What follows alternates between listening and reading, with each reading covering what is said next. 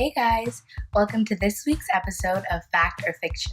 For those of you who don't know me, my name is Sandy, and today we're going to take a closer look at aspartame, an artificial sweetener that is used by many as a sugar substitute. Let's start off with talking about what aspartame is. Aspartame is a dipeptide, which means it is made up of two amino acids, phenylalanine and aspartic acid.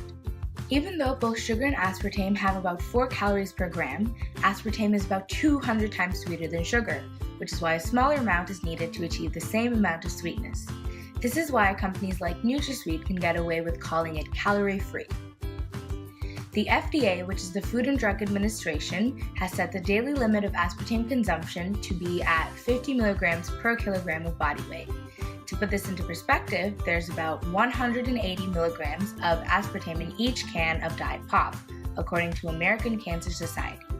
A 150-pound adult would have to drink 16 cans of soda per day for there to be any adverse effects. But this limit is set much below dangerous thresholds. In fact, a study done showed no detrimental effects on dogs, cats, rabbits, and mice that took doses of aspartame of up to 4,000 milligrams per kilogram of body weight.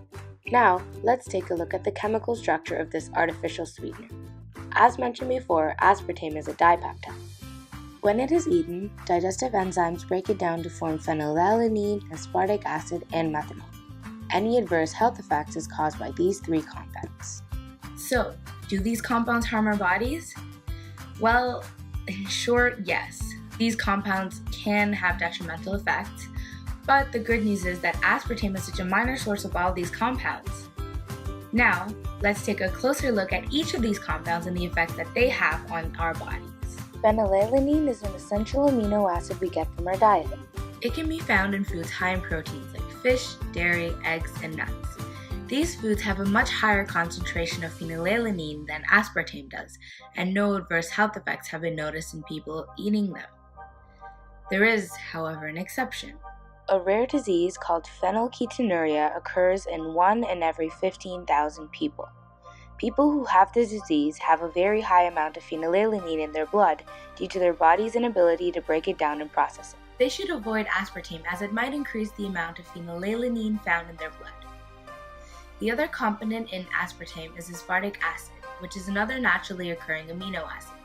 It is, in fact, the most common amino acid that is found in our foods. It can also be produced by our bodies, and there are no known adverse health effects to the minor amount of aspartic acid that is found in aspartame. The final compound produced by aspartame is methanol, which is a substance related to the ethanol found in alcoholic beverages. It is only a health concern if consumed in high amounts or when combined with free methanol. Free methanol is created when aspartame is heated down into formaldehyde and formic acid. And now, let's take a look at a few claims that have been made against aspartame. Claim 1. Aspartame causes cancer. Many scientific studies have researched the link between aspartame consumption and cancer. Several animal studies have found a link between the two, but these studies have been criticized by scientists for using poor methods and not being very relevant to humans. Other scientific reviews have concluded that there is no link between aspartame consumption and the increase in risk of people getting cancer. Claim number 2. Aspartame affects mental function.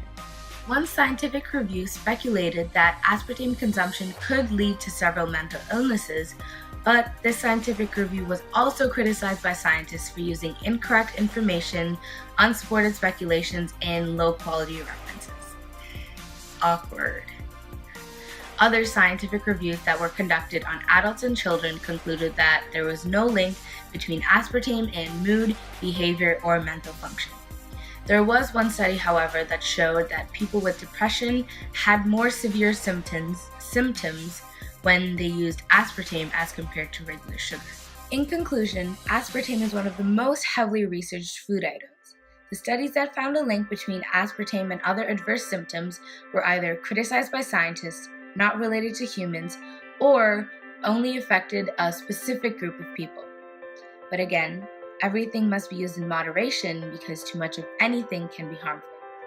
Thank you so much for watching this week's episode of Fact or Fiction, where I hope we proved that several claims that are made against aspartame are not warranted. Don't forget to leave a comment, like, and subscribe down below. See you next week!